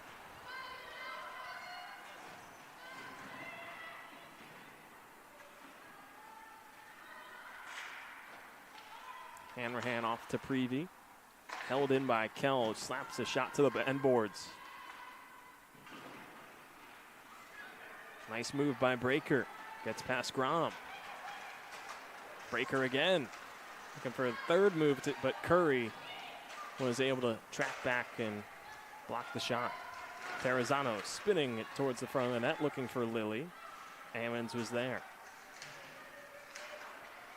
Terrazano right on the post, poking at it, and it's covered by Amundsen holding the post. Ammons was right in front of her. And so play will stop with 8:43 left to go in the third.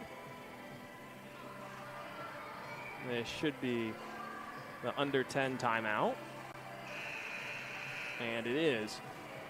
With 8:43 left to go in the third, it's Kirsten Browning putting Assumption in front. They lead it 1-0, and they're looking to get through these final 8 minutes to get their first win and snap their 4-game skid.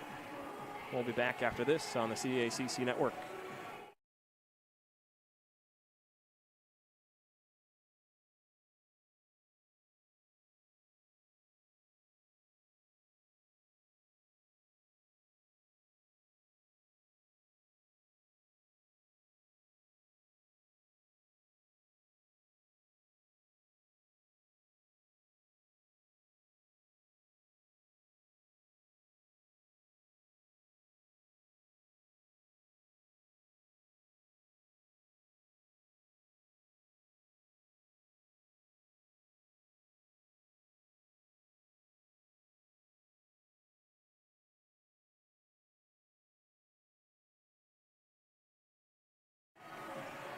.843 left to go in the third. It's 1-0 Assumption off Kirsten Browning's 6th goal of the season.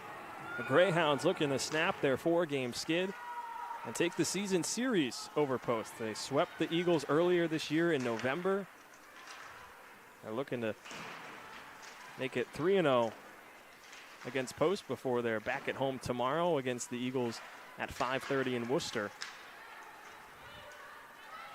Terrazano races forward in the corner. Her and Larson come together. Play it out towards center where it's Justina Valentini on it. Goes through the legs of Desai, but also out of reach for Terrazano. Up ahead to Grom. Pops off her skates. Back to Valentini. Up ahead to Langbacka. Drops it off to Terrazano.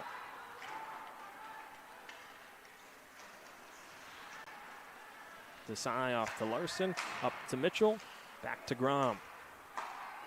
Nice passing on the breakout as Curry whacks it towards the back of the cage.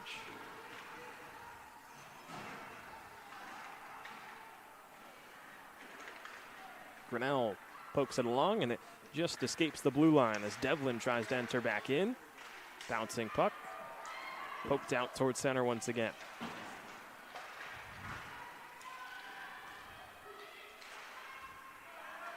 Bouncing puck, escapes the stick of Ajaki. Ajaki can't control it again, but no damage done for Assumption as here comes Grinnell. Slides it back off to Ajaki. Sticked into the corner by Amundsen.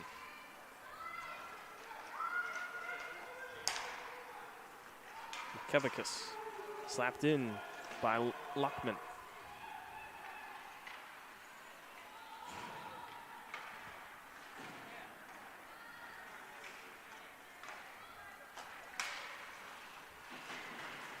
Pitter in the neutral zone, bumped off the puck, but Ringer tracks back. Ringer escapes the pressure of Browning, up ahead to McKevikus. Into the attacking zone, McKevikus looking out in front for Wysocki. Couldn't catch a deflection, and it's kicked away by Weiser.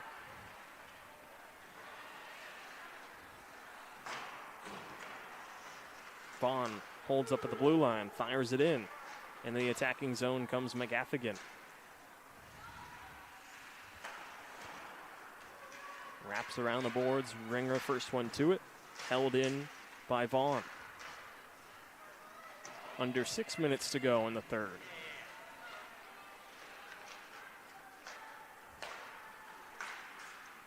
Wysocki, who's got 2 goals in 3 consecutive games, enters into the attacking zone. As Post looks to tie it back up. Farberman off the bench lets a slap shot go. Pad stop made by Weiser. Cycled back in by Larson. Banked off the boards. Larson holds it in. Bouncing puck on deflection and then got blocked by Dorita. Icing is waved off as Kell retrieves it. Moves behind her own net. Held in and a turnover. Chaplin gets past Larson on the backhand. Big stop made by Amundsen.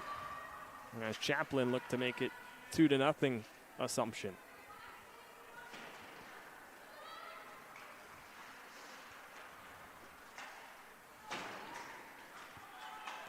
Larson clears it out towards the neutral zone. Valentini up ahead to Breaker. Breaker delayed offside, gets back onside and cycles it further. Chaplin with the pressure, pins Larson's to the board.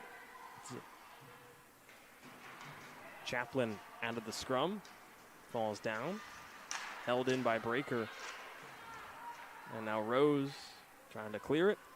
And it's finally done so by Peterson, and Farberman will pitch it further along. Previe off a feed from her goaltender. Looks for Langbacka. First one on it. Langbacka wheels. Looking for a backdoor feed for Lilly. Blocked by Desai.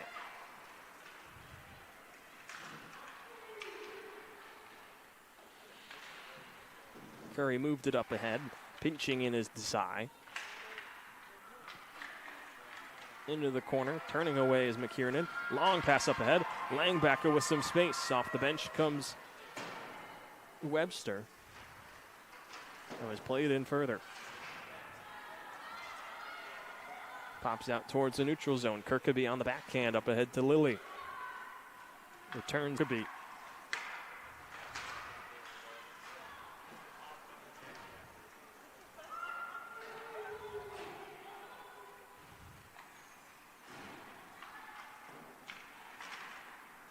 Bouncing puck, controlled through center by Kirkaby. Pitchforks it behind the net. Webster as we near the 3-minute mark left to go. Held in by Grinnell. She was down on her knees, and now it's Ringer. Off the feed from Wysocki, entering into the attacking zone. McKevichus in the corner, poked out by Ringer. Drops it off Wysocki. Her shot goes high, and it might have caught a deflection as it goes up in the netting. And play stops with 2:45 left to go in the third. Still a 1-0 Assumption lead. Now the question becomes, when does Devin Amundsen head to the bench? Looks like we'll have a discussion as Post takes its time out. Pat Bingham, Larry Erickson, and Shelby Page looking to put their heads together and come up with a plan here. It'll be Bingham to draw it up.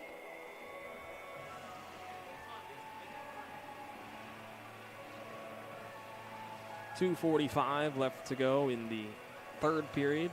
Kirsten Browning, 6th of the season, is the difference maker so far. The lone tally came with 10-12 left to go in the third period. A much better start for Devin Amundsen, who's making her first start since the last meeting against Assumption, a 7-3 win for the Greyhounds back on November 2nd. Also started against Colgate on October 18th, an 8-1 loss against the then number 8 Colgate Raiders. But Amundsen has looked much better in this start between the pipes. Good rebound control. It's just that awkward goal from Kirsten Browning that just found its way through and slowly trickled in over the line to make it a 1-0 Assumption lead. Out of the timeout, the draw is won back by Post, but on the aggressive setup, it escapes the stick of Ammons.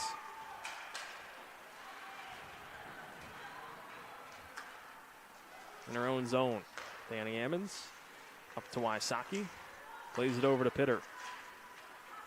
Fans on the pass. And it's pushed all the way down towards Amundsen.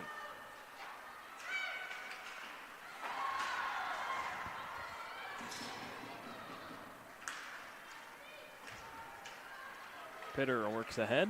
Wysocki will move it forward. As we near the 2-minute mark left to go in the third, Wysocki bumped off the puck. Vaughn plays it up ahead, and Hanrahan clears it out towards center. Vaughn walks past Ringer. And it's over to Pitter. Vaughn is down in the opposite corner as the puck continues to move through. Banked off the boards. Vaughn back on her feet. Will head straight to the bench. As Ringer walks in. Shot save made. Rebound chance. Won't go in.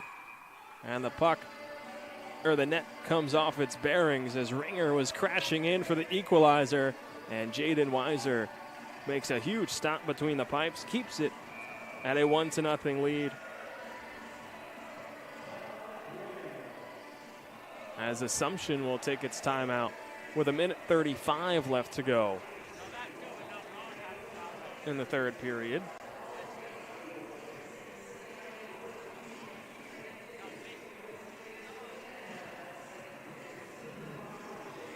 Still a 1-0 Greyhounds lead. Kirsten Browning's goal, the difference as the Greyhounds look to snap their 4-game skid. Jaden Weiser has been tested in spurts, and this will certainly be toughest test, these final 95 seconds, as I would expect Devin Amundsen to be pulled to the bench, get the extra skater out there for as long as they can. And with an offensive zone draw coming, don't want to wait for too long, especially with how Assumption's been able to really control possession in neutral ice. You want to get the right setup. And most importantly, you need an offensive zone, an offensive zone draw win. It'll be tough against Jenna Chaplin, who's the top face-off man on the Assumption side. I talked about earlier on the season coming into today, she was 62% at the face-off circle, and she's won 11 out of the 16 she had taken through 3 periods. Draw is won by Chaplin, but held in by Wysocki. Then up to the point. Kell out in front. Drop pass Ringer on the backhand. And Weiser is there sliding across to engulf that shot. With the extra attacker out there, empty net for post. 1:26, just 9 seconds came off the clock after that last face-off.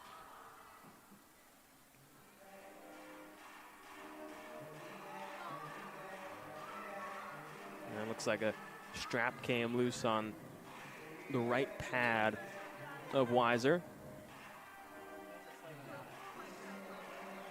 Whole pad is off on the ice now.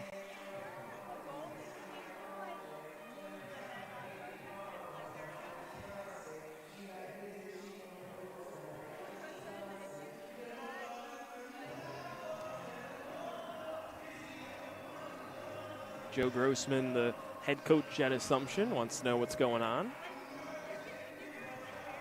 Truthfully, I don't fully know, but the pad is off. Grossman, a netminder himself, played at Dartmouth. And it looks like one of the players for Assumption is going to use the string that holds up their pants to use as a way to help the pad stay on for her netminder. It was Mary McKiernan, the extra skater today for Assumption. Says, I don't fully need it. I don't think you need me in this scenario, as the post players will head towards their bench. See if they can get some instructions from Pat Bingham as Jane Weiser continues to work on her right pad.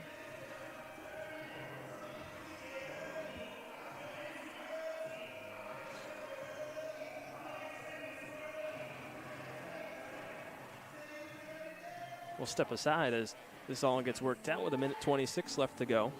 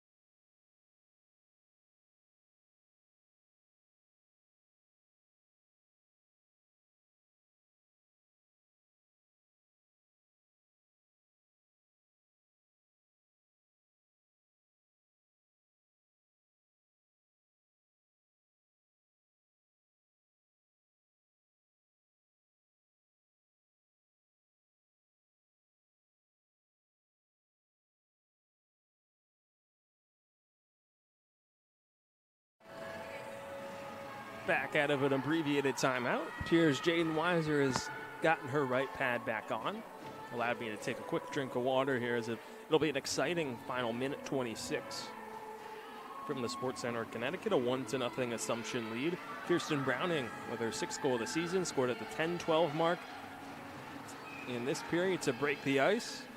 And now Weiser will look to stand strong between the pipes as an offensive zone draw is won by post. Shot is blocked, still held in by the Eagles. Up to the point with Desai. Long shot, glove stop made, turning around is Wysocki. Puck is still loose. Kell looks to snap a shot off, goes off the back glass. And a penalty will be upcoming against Assumption.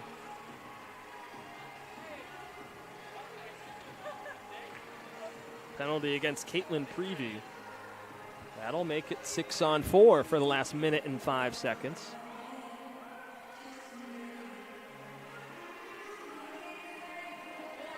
For a post power play that has struggled so far today, 0 for 2. Just one shot on goal.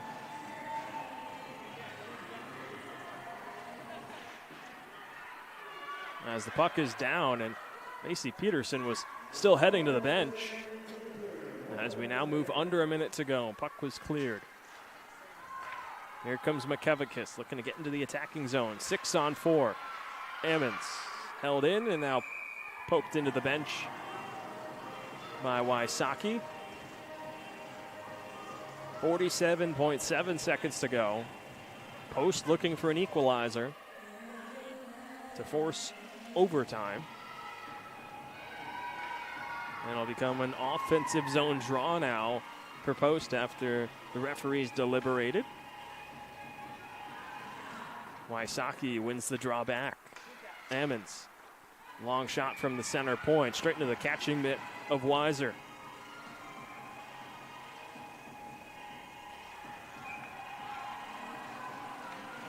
Kayla McGaffigan and Julia Wysocki again. And the stick of Wysocki breaks on the faceoff, and the puck is cleared all the way down. Wysocki gets her stick back. No icing was called because of the penalty. And so Wysocki gets her stick back under 30 seconds to go. Looking for a centering pass. Ringer spinning away. Pad stop made. Rebound chance still won't go. Back up to the point. 10 seconds to go. Pitter a long shot. She scores!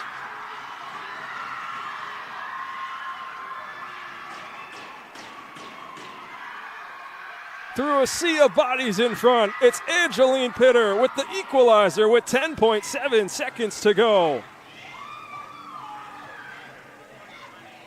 Her 3rd of the season.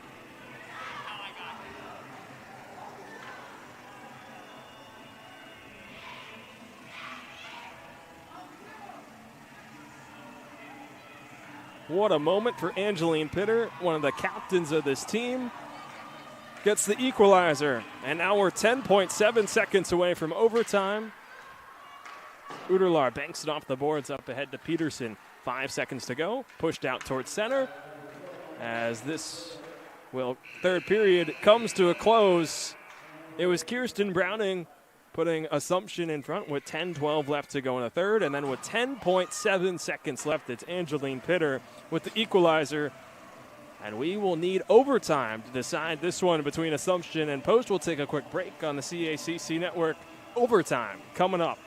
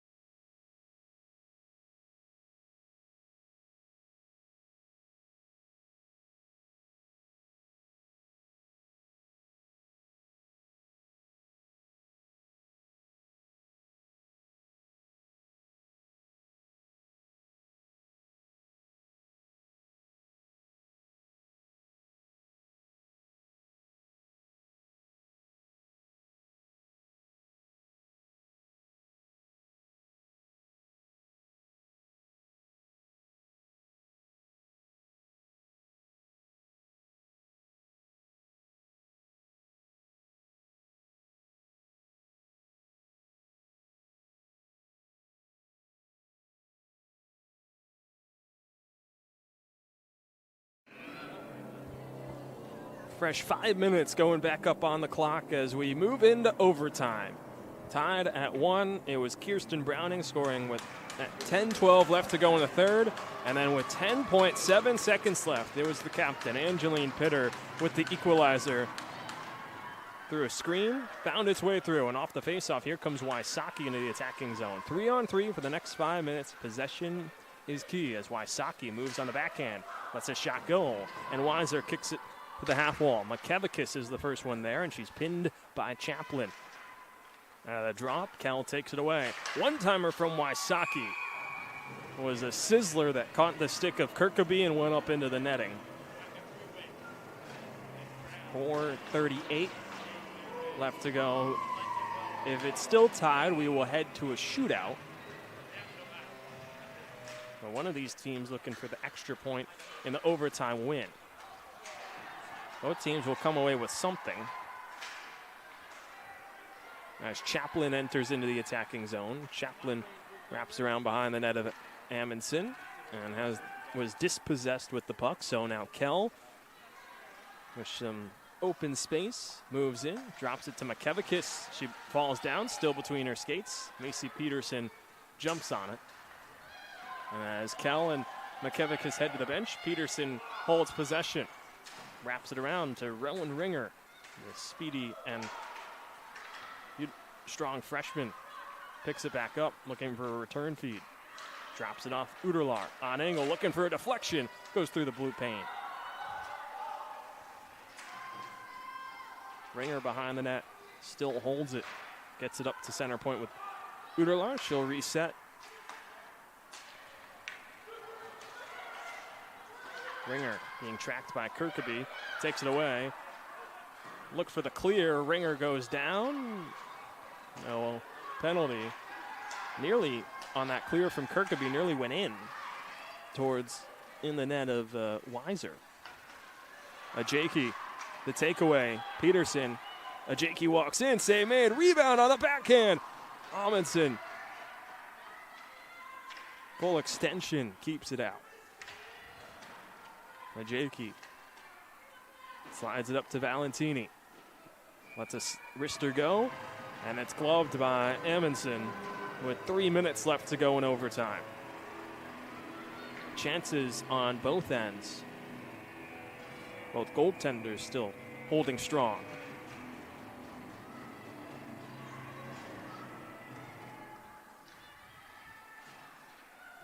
Devlin on the face-off win. Looked to spring it ahead to Rose. Valentini chases after it. Rose on it. Plays it out in front. Desai looking for the winner. And it's Weiser with another big save. 2:46 left to go. Beautiful setup from Jody Rose. Got it to Sajal Desai. And Jaden Weiser makes another big save. 2:46 remains in overtime. Draws one back. Desai walks to the backhand.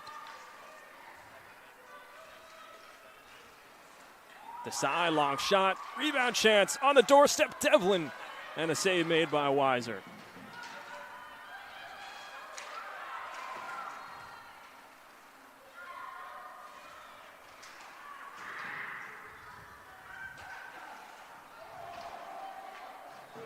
Bouncing puck, wraps around the boards, off the bench comes Grom, pushed all the way down as Desai will chase after it.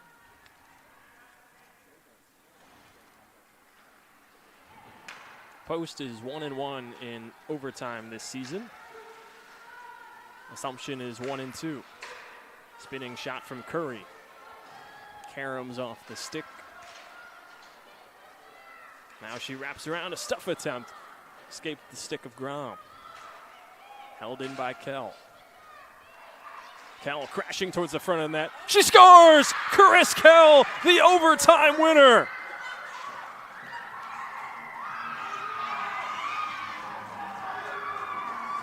For the second time this season, it's Kell in overtime, and it's Post winning it 2-1, and they move up to a tie with Assumption at 24 points with the overtime win.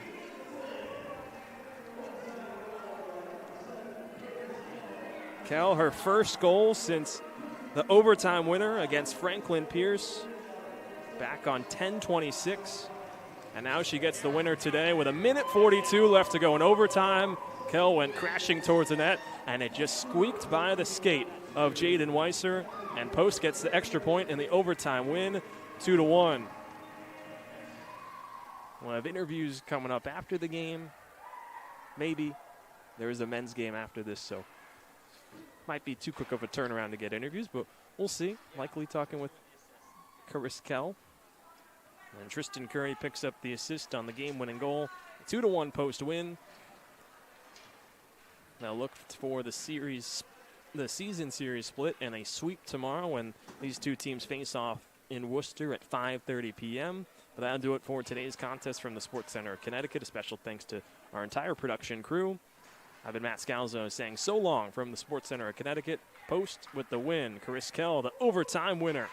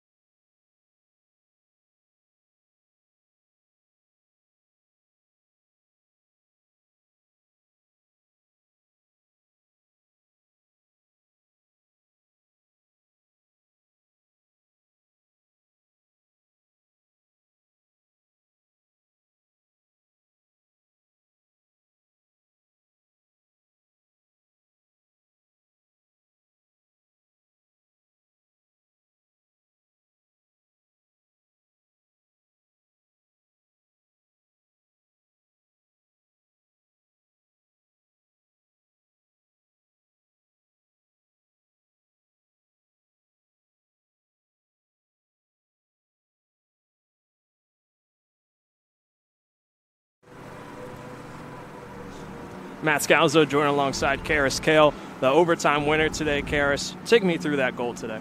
Honestly, the puck came up to me on the sideboards, and then I saw a lane to the net, so I just drove in and then shot it, and I didn't even know it went in until I saw it, and then I was pretty excited. A lot of resilience from you guys today, scoring with 10.7 seconds left. What was Coach Pat saying, even after the goal and then during the timeout? He was just saying to keep working, and if we get pucks to the net and go for rebounds, then one will come in eventually. And our captain, Ange, had an awesome shot from the point, so that was good to see. Well, congratulations on the win. Good luck the rest of the weekend. Thank you.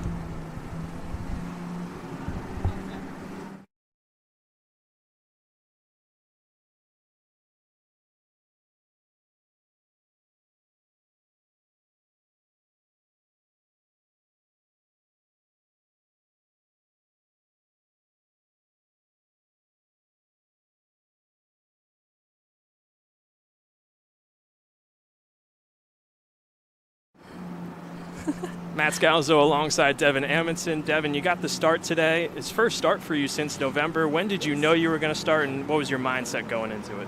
I found out yesterday at like 9 p.m. I was a little caught off guard. I was like, oh, again, I haven't played since like November. So my mindset going in here was we have 10 games left. I was like, you know what, I'm just going to have fun. I know like it's been a while and I don't want to think too much about it. So I kind of just went in with like a fresh mind and didn't really compare it to anything. And yeah, I was super nervous, but I'm really glad this is the outcome. The season you've been able to learn under Hannah Saunders this year, how big has she been in your development and growth in this first year? She's been super great. She's a good emotional support system. Like if you have anything to talk to about, she's there. She's very like welcoming, and with her questions or with my questions, if I have a question, she listens and like knows how to respond. You know, she doesn't fight. She like doesn't fight for it. Like I feel like at the end of the day, she just wants what's best for the team, which is for me moving forward. Can't figure out the word to say it, but inspiring. There we go. Well, congratulations on the Thank win. you. Good luck the rest of the weekend. Thank you.